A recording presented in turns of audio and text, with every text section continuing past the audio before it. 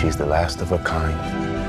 She contains technologies that have been lost for 300 years. Let me show you something.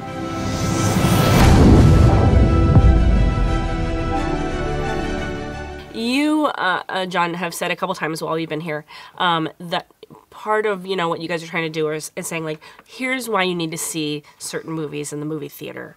Like, what do you think Alita really, audiences will really get from seeing Alita big? Look, I think Alita presents a story in a world that you want to escape to. And we can't escape in our homes. We can't escape on our mobile devices. We need to go into a theater that darkens and coming up on a screen that we get immersed into in 3D that sucks you into the narrative story where the screen plane disappears. We look at 3D as a window into a world, not a world coming out of a window. And the movie's going to play in 2D as well. You don't need to see it in 3D. But that cinematic experience, I want people to leave the theater and saying, I experienced a movie, not just I saw a movie. Do you have a sense of how many people from Weta worked on this movie?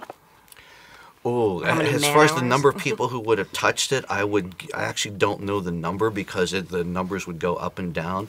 I would guess it would have been around 600 or so in total. And like probably tens of thousands of hours.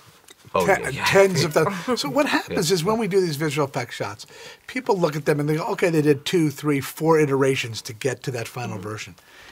Each shot is hundreds of iterations to get to.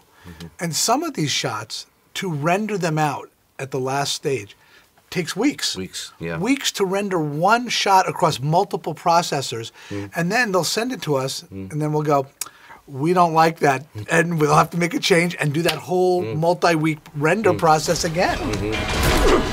Watch her die.